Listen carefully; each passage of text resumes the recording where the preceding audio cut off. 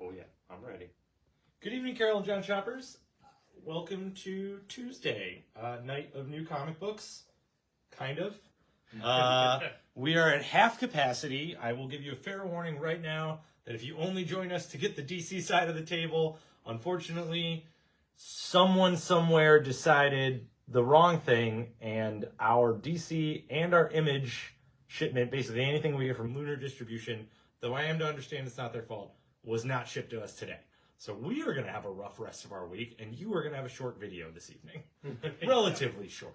But what was kind of fun is that when we spread out the Marvel stuff without having to cross covers and variants over each other, it looks great. I mean, it's very colorful and easy to see. So I'm going to do first appearances after I do announcements, and then I'm going to hand it over to John Shear. I forgot to ask you before the video, when is Late Night Comics this month? Third Thursday the 19th? Thursday the 19th. Okay, excellent. Maybe the 18th. 18th. Third Thursday of the month. Yeah, 18th. 18th. Yeah. Confirmed. Kind of. There's a calendar over there. We'll check later. But third Thursday of the month, Late Night Comics, definitely. We've been getting more new collections. Like we always talk about this time of year. That okay, you can still figure it out. Yeah. This time of year is always a big selling your comics to the shop time of year, because we think it's because like back to schools, like kind of your post-summer cleaning, organizing stuff, realizing you have crap all over the house while your kids bring new crap home, and we get a lot of comic collections in. So this is a good time to A, come to Late Night Comics and clean us out of our excess dollar books, and B, check out the new back issues we have, because these boxes are all new within not even a month. That's a brand new box as of today. So we are getting collections in like crazy. It's a good time to buy back issues because the market's down as far as cost goes, or as far as price goes. So we're here for you for that one. Also tomorrow, if you feel like joining us, a bunch of the staff and I will be at Midnight Rental secret screening at the Grog Shop, like we do once a month. It is doors at 7. The show starts at 8. We watch a campy, silly movie you can probably only find on VHS. Certainly one that no one will care enough for us to get sued over. And we make fun of it as a crowd and watch it as friends.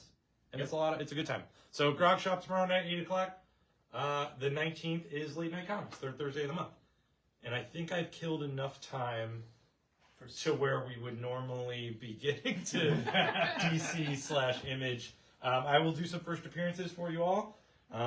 Thank you for all the feedback on our microphones, by the way. I have learned further how much I project, and John Shear has learned further how much he doesn't. So our mics are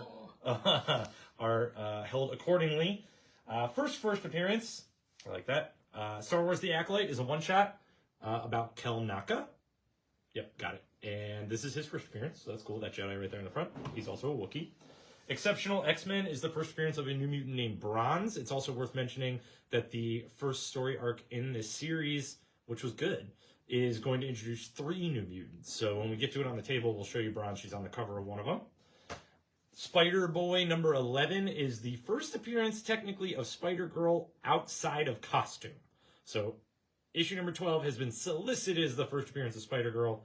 Across the board, plenty of attention and pre-orders, but true first appearance, and it's kind of a doozy. Spectacular Spider-Men number 7, just like it says on the cover, is the first appearance of Knave. And it stands for something, and the 2 Spider-Men in it make plenty of jokes. But after that, I'm going to give this side of the table to John Shear, because he read more Marvel than I did this week. It's true, because we got Marvel and no DC. So at the bottom of the table, NYX issue number 1, they've come out with a second print because we've sold a bunch of them. And then we got collections. Star Wars is on volume number 8. Carnage is on volume number 2. This is the lead up into Venom War. X-Men's on volume 6. At the end, Wolverine's after Xavier. Spider-Punk, the full miniseries, we've got that there. And then the big one, one of the big ones this week, Ultimates issue number 4. Doom. Lots of Doom, lots of Evil Reed. Like it's everything you want from the Ultimates book. It's great. There's your cover A, your cover B. This is a very apt and appropriate cover C. Oh, wait, what?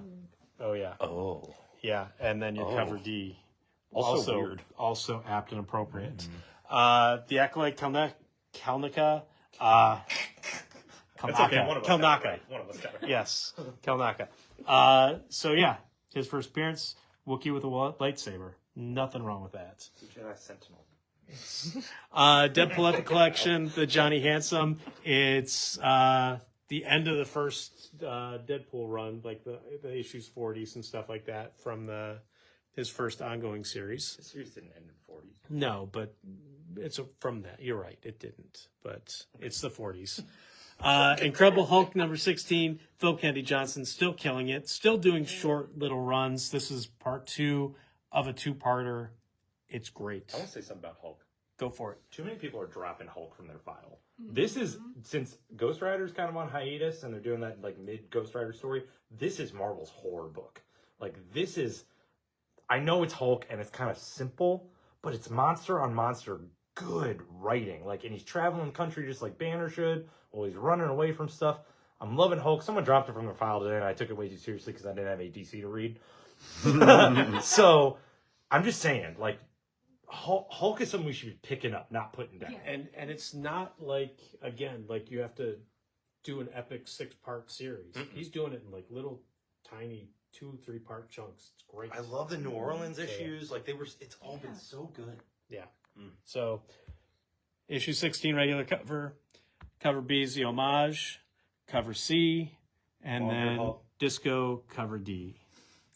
Darkhold Saga Book of Sins. It's all the Darkhold stuff, like from 60s, 70s, well, mostly 70s and 80s that Like the they've Werewolf put by it Night in. era. Right. Agatha Harkness Saga of the Salem Witch. Yeah, she doesn't look like that in the first half of the book. She looks old and decrepit, as she should. Second half of the book, yes, we get like young looking Agatha. Daredevil number 13. I mean, Daredevil versus Kingpin. Cover A, Cover B, and Cover C, which is the Godzilla variants. And yay, Godzilla variants, which are just okay. They need to be better.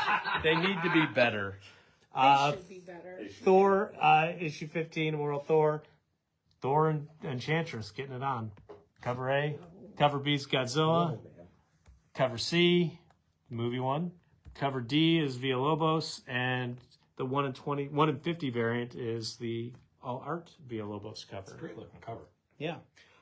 Spectacular Spider-Man's number 7. Again, that first full appearance of Knave. They do make lots of jokes about his name. It's great. And then cover B. The book gives you what it promises. Miles versus Vulture. Cover A. Cover B is the Stormbreakers variant, which is awesome and has nothing to do with with Miles Morales Spider-Man, but you can't beat a Ghost Rider Woolly Mammoth. Penultimate issue of Get Fury. With a bone chain. Oh yeah. I But love that. penultimate issue of Get Fury. Frank Castle meets Nick Fury after torture, and it's rough. Really rough. Yeah. Spider-Boy's on issue 11, and then you got your Godzilla variant for cover B. Probably one of the better ones. Yeah. And cover C. Moon Knight Annuals, the Infinity Watch, another part of that. But awesome, like, cover stuff going on there. So your cover A and your cover B. Scarlet Witch is on number 4. We got your cover A, but then you also have another Godzilla for cover B, and then your Stormbreakers for cover C. Dude, she looks kind of like the mouth of Sauron. Oh, yeah. She does look like the Yeah. mouth of Sauron. Yeah, Yeah. that's creepy. Sorry. No, you're fine. Venom War Spider-Man, the symbiote and Spider-Man are back together again for the first time in a while. Cover A, cover B. Facsimile, issue 274 of Uncanny X-Men. This is where you get your Savage Land Rogue. That's her first appearance right there. Misty. Beautiful. Yeah, beautiful Jim Lee cover. Very cool. Whenever The other facsimile is a spiffy, shiny Secret Wars number 9, Everybody versus Galactus. It's great. And then above that, Venom War number 2. It's like, I'm going to show the Gioriso cover. I don't understand why most of it is taking place in a wrestling arena. It's a solid story, but my gosh, I still don't understand the wrestling arena bit. So They're still but in there. they're still there. I didn't Oh, read this absolutely. one. Oh I yeah. figured No, they would have I'm gone caught up somewhere on it. else. But yeah, they're in a wrestling arena. There was a point and- during my day where I was reading something else, and I was just kind of in the room, and people were talking about stuff they were reading during the week. And John Shearer just was so confounded by this issue. It was so fun to listen to because, like, he just wants to know what they're trying for, and then he can like figure it out from there. And like the fact that he doesn't know what they're trying for is one of my favorite things. It's like a Wes Anderson movie where he's like, I don't know. But so Venom War, cover A, cover B, cover C, Team Dylan, cover D, Team Eddie. Cover E is the Giariso cover. Cover F is Momoko. Cover G is the Crane Venom Horse one. And then above that, we've got a 1 in 50 variant. woo! And then more Venom, because Kid Venom's on issue number 2. And, I mean, Kid Venom, actually a much better story than regular Venom currently. But you got cover A, Sakai cover B, cover C, cover D. It is an homage cover. And then your 1 in 25 variant for that one there. I don't feel like it should be called an homage cover if it's like 5 years old. Oh, it's like 20 years old. That's from like the original like Venom series, like his first ongoing series. For the second time ever on this video. Yeah. So, yeah. I'm gonna pull this up. Here it is. Marvel Zombies: Dawn of Decay #1, all ages zombie book. So when your kid's like, I want zombies, here you go. Groot has infected the Avengers, and the Avengers have gone out and just started taking out everybody. Like the only people who are able to like find a cure, Groot and Hulk, because Groot started it, so he's immune, and Hulk can't be bitten. And in this universe, but adventures and insanity ensue in all ages form. But even in all ages, Cap's looking pretty gnarly. It's still scary. It's still scary. Oh, So, when yeah. Cap gets bit? Oh yeah. Yeah, it's pretty raw. Yeah. So there's your regular cover. You have an amazing Saturday morning variant one for that one. That's probably the best of the set. My favorite of the Saturday mornings. Cover C, Daggers on it. Stegman's cover 1 in 25 variant for that there. And then we have a new all ages Spider-Man Homeroom Heroes one shot. No, I No, think it's that's ongoing. ongoing. Yeah. So Marvel's really leaning into some ongoing all ages book. We got that, and then Spidey and his amazing friends from the TV show, and now the miniseries for Dawn of Decay. So, thank you. Yes. Well, I don't know who listened to somebody saying something, but we love all ages Marvel stuff. finally, yes. And as it shows, you got She-Hulk in one story and Shocker in another. All ages, can't beat it. And then the other #1, Exceptional X-Men. Kitty Pryde is recovering from everything that happened on Krakoa, and she just wants to be a coffee barista, and things just don't work out. She is alcoholic bartender. You're right. She is an alcoholic bartender. I forgot. I like alcohol barista. Alcohol barista. Like mimosa That's is like right. the third word in the comic book. Yeah. That being said, solid first issue, and we finally see like what she's mentally thinking of after all the like hullabaloo from before this. Has an ending which gives nothing away because she's on the cover, but Emma Frost is like, we're gonna get into Kitty's mind here in a minute. I will kind of say it. Now that I'm thinking about it and listening to you talk about it, it's kind of her Kitty Pryde's mentality in this book. It's a well-written issue, it really is. It almost felt like a one-shot or like a Kitty Pryde issue, but like her mentality in this is almost like our mentality after all the Hickman set up 5 years of X-Men like Krakoa era stuff, where it was like really good, but it was a lot. It's a lot. It's hard to read all of it. So it's kind of nice that Kitty is feeling like, you know what? I need to step back.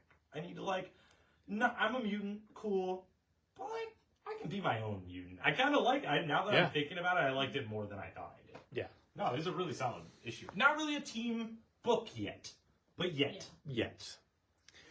Cover A, cover B, which is very nice. Cover C, cover D, first appearance bronze, and the 1 in 50 all art variant for that one there. Yeah, I'm actually, now I'm thinking about more than like the newer X-Men stuff. I kind of like that they're not just diving into new teams. Like everybody has to find their new normal. Yes. And then- then, Oh yeah. And then final Marvel, what if Donald Duck became Thor? Very true to Thor's origin, like within like the Donald Blake stuff, and it's pretty sweet. Like it's a lot of fun. It is very Donald. It is very Thor. You got Destroyer. You got Donald like wielding Mjolnir and just like having fun with it. It's everything you want from Donald becoming Thor. It really is. he's real casual about it. And then he like embraces the power in like a super fun way. Very much so. Yeah. So you got your cover A, your amazing Simonson cover B, cover C, Momoko's cover D, and then the 1 in 50 variant for that one there. And then we move on to, oh wait, This is DC? It's a weird one on this Small side of the press? table. Yeah, no, like I mentioned before, we do not have any new DC comic books this week. We will. Hopefully they will ship to us in the morning.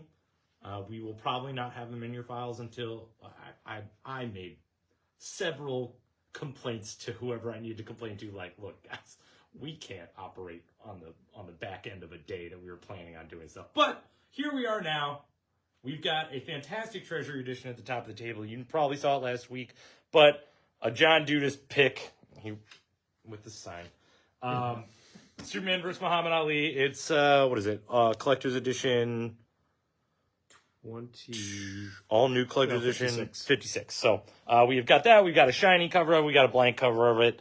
They look great. They read great. I love seeing the old school collectors come in this week being like, oh, cool. Like they just see it walking. Jim Lee is a DC legend. He has done some of the best books DC ever represents for themselves. So there's a beautiful, huge artist edition of some of his best work, especially with Batman. But new stuff gets us into Dark Horse. Quick Stops Volume 2 is in hardcover, completely collected. But a big one for us this week, we were kind of like stoked that Dark Horse didn't get delayed because of the holiday. Duck and Cover from Dark Horse is from Scott Snyder. He has been killing it with every bit of genre horror or sci-fi that he's been pulling off lately. And man, Duck and Cover is no different. It takes its title from the title of the Get Under Your Desk and Hide from the Bomb in the Rooskies movies in the 50s to kind of warn your kids and young ones about bombs and maybe make them feel better about them hitting their school. But Duck and Cover, as a terminology and as a practice, ended up saving a group of kids during this real event.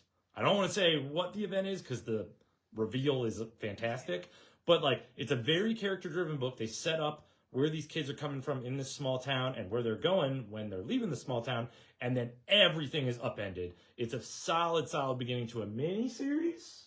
Yes. I think it's a mini-series. I can't remember how many issues. Pretty positive it's 5 or 6 issues. But again, Scott Snyder really just continuing with a great body of work in a modern age of like storytelling that elements of can be very tired, but they're not. He's finding a way to keep it very fresh. So I would give Duck and Cover a try. Below that, I read my first Conan comic. My first Conan. My first Conan in a very long time was Conan the Battle of Blackstone. It is a 5-issue miniseries. It kind of takes place in all eras of Conan storytelling. So you get a little bit of Solomon Kane, that redheaded French lady who stabs guys. You get like the guy who's writing Conan. But it's all about this like evil sigil that like buries itself in your mind, and they're figuring it out from there. But it's bloody naturally, and it's compelling. I was a fan. 5-issue miniseries starting up right there. You can jump right in. You do not need to have read Conan. You barbarian. That's it. That's all you gotta know. Dawn Runner is on issue number 5. Thank you, Kyle. Issue number 5. Number 3 of 4 for Grendel Devil's Crucible. We got Arkham Horror on issue number 2. Cut in for Helen of Windhorn. Oh. Helen of Windhorn came out this week, but it was misprinted. So we do not have any on the table, and we are waiting for our reorder. So if that's something that's in your file, it will be here, just not this week. I'm sure all 9 of those people really appreciated. Hey, it's a good book. Speaking of good books, Blood Brothers Mother is on issue number 2 from Distillery. They switched distributors, so their stuff's going to be a little off schedule, but worth the wait. This one definitely follows our 3 brothers, and it's probably my favorite cover of the week. Below that, Animal Pound got extended for a 5th issue, so they're on issue number 5. But next week we got a big number 1 from Boom. Minor Arcana from Jeff Lemire is written and drawn by him. If you have followed his work, you kind of know what to expect. This one keeps it a little tame for the first issue. Just a little bit of dreamscapes, a little bit of fever dreaming. A girl comes home to help her mother, who she hates, quite frankly, to a very small town. Her mom runs a psychic shop, so she kind of has to take over or figure out how she wants to take over the daily workings of the business just for monetary purposes. But it's the right amount of weird. A little bit of tarot action, if that's what you're into. That was cover A. This one's cover B. Cover C, also by Lemire. It's a 1 in 10 variant. And then we've got a 1 per store or unlockable variant, which is like the all art cover of that cover B. Below that, we've got new issue number 5 of Uncanny Valley. We've got a Darkest Hour one-shot for Power Rangers, which looks pretty ominous. And then another big number 1 from Boom this week. Thank gosh they're coming through. Firefly is Malcolm Reynolds year 1. I don't know if they've announced any other year 1. Zoe. Okay, so they're going to continue with those. Cool. So first year 1 from Firefly, it is what it is promising. It is Malcolm Reynolds before he even heard of the Browncoats. Before the Resistance, before the Alliance, thank you. My brain's full. Venom War has me very Why are they in a wrestling ring? But yeah, it's a one-shot. And then they're going to continue, I'm assuming, the story at least a little bit with the other characters on Serenity. There's our cover A. Cover B is the all-art version. We got a 1 in 20 variant. And then we're on to Umbrella Academy is doing a handbook. I'm assuming it's kind of like an encyclopedia of Umbrella Academy. Yeah, it is. Yeah. Kind of like an extras of the world. It's a complete commission guide to temporal anomalies. How could I have forgotten to say that? Godzilla Skate or Die is on issue number 3, and it's fantastically stylized. These are the better Godzilla covers of the week. Oh, yeah. That was cover A over here. Here's cover B. Star Trek on its 500th issue. I am happy for you guys. And then another one-shot TMNT. They're doing another best of. This one's best of Dark Leo, so you got a lot more modern stuff in there. But those are always good to catch up on what's going on with TMNT without having to read 800 issues of TMNT. Last week, Tom King, we introduced writing Archie and the Decision. Please get this issue. It's a one-shot. It's $3. $3.99, and it is a definitive Archie comic. Like, I don't read a lot of Archie. I definitely don't read it every time they do a new issue. But Tom King writing Archie is just delightful. It's wonderful. So we've got 2 different covers for that one. We'll give you a quick look. Oh, look, Tom King's time. And then Ground Zero Comics was something that came out a couple weeks ago. We just got restocked on. A little bit of zine stuff. Bit of weird on the table to fill in. True Love fades away when the contract ends. That's a manga. It's on volume 2. We've got a big old art book for Bernie Wrightson. It's a tribute book. We are a little confused about why our boss ordered a few of them, but it is beautiful and it is hardcover. And if you're a Bernie Wrightson fan, it's a must-have. And I assume that's why. Flip over the back, you'll see all the people who worked on it. Oh, okay. Yeah, screenshot that one so you can check it out. That's a lot of recognizable names. Yeah. Gotta love it. Big, cool gap filler that I was happy we were able to fit on the table with a smaller week is Chad Bilyeu is a local, I'm going to put that in quotation marks even though you can't see me, artist, writer. He travels the world. He lives in Europe for a lot of the time, but he's home for a while, and he has been putting out Chad in Amsterdam, which is about his travels, and then the re-up for a long time, 6 issues, but a couple of years, and he's killing it. He self-produces it. He writes it. It's all autobiographical, and it's wonderful. Some of it's about illicit dealings and adventures he has with strange people, but that's what we want from a good story. So he finally put Chad in Amsterdam in a hardcover that is beautiful. He did some remastering to it, got some new art on some new pages, and it's just great. I'm really happy for him in the way that he produced it. He's going to be around for a couple of months. You'll see him at Genghis Khan. We're going to have him in the shop at some point. But we've got restocked on all of his issues. And if you're really looking during a light week when they forget to send us DC an image, this is a great comic to put under your belt as a purely produced comic. This is something a single human being wanted to create and put his energy in the world to create it, and I'm so happy for him. He's awesome. We have his email if you just want to say, hey, that's pretty cool, man. So check those out. That's great. We have a grouping of pop figures in the middle of the table that I'm absolutely ashamed of as a human being, but someone ordered them and didn't pick them up. All the members of Slipknot, maybe. I don't know anything about Slipknot, but look at them. They're pop figures. One of them has a zipper for a mouth. Come get them while they're here. And then a big kid section, big all ages stuff. We've got new Bluey, Daddy's a Robot. We've got Mighty Marvel Masterworks' Volume 3 for Thor. New Magic Treehouse with a saber tooth. I'm super stoked about First Cat in Space. Kyle and I were flipping through this artwork, and I legitimately forgot we were in our 30s. It's so much fun. It's a good adventure book. Sleep Little Batman's a board book for the little ones. We got a couple of Minecraft. One's like an official guide. One's a joke book. Oh! look at Flip that. it. Oh, Two Kyle, books for one. pulling a fast one. Big Nate's got a new volume. We've got a young adult one for Taxi Ghost. Powerpuff Girls is collecting old issues. Oh yeah, Guide to Manga, which is kind of cool. We might put that up with the adult stuff. But it's not adult. It's just like how to read manga and what to enjoy about it. Max and the Midnight's got a new trade paperback. We've got Star Wars High Republic Adventures on issue number 1. Oh, it's a one-shot for Hunting the Echoes. Oh, wait, what's it called? Echoes of Fear. And it's technically a first appearance, but I didn't want to show because we only have one copy. World of Reading's got a new Spidey one just in time for fall. This one's just in time for Christmas. Whatever. It's going to be here. Marvelverse has a collection of all ages Scarlet Witch stuff. Inside Out 2's collected into or adapted into a graphic novel. And then, of course, last but not least, we do love Marvel all ages stuff. So there's Spidey Homeroom Heroes. We're going to keep this around so that kids always have Spider-Man to grab. That is it for the table. Don't forget we have Late Night Comics and Secret Screening tomorrow night. And please don't forget that we are always and constantly putting new back issues out here. So come and fill in your collections. Enjoy the rest of your evening. Wish us luck with FedEx in the morning for the love of everything holy. Thank you and enjoy your night.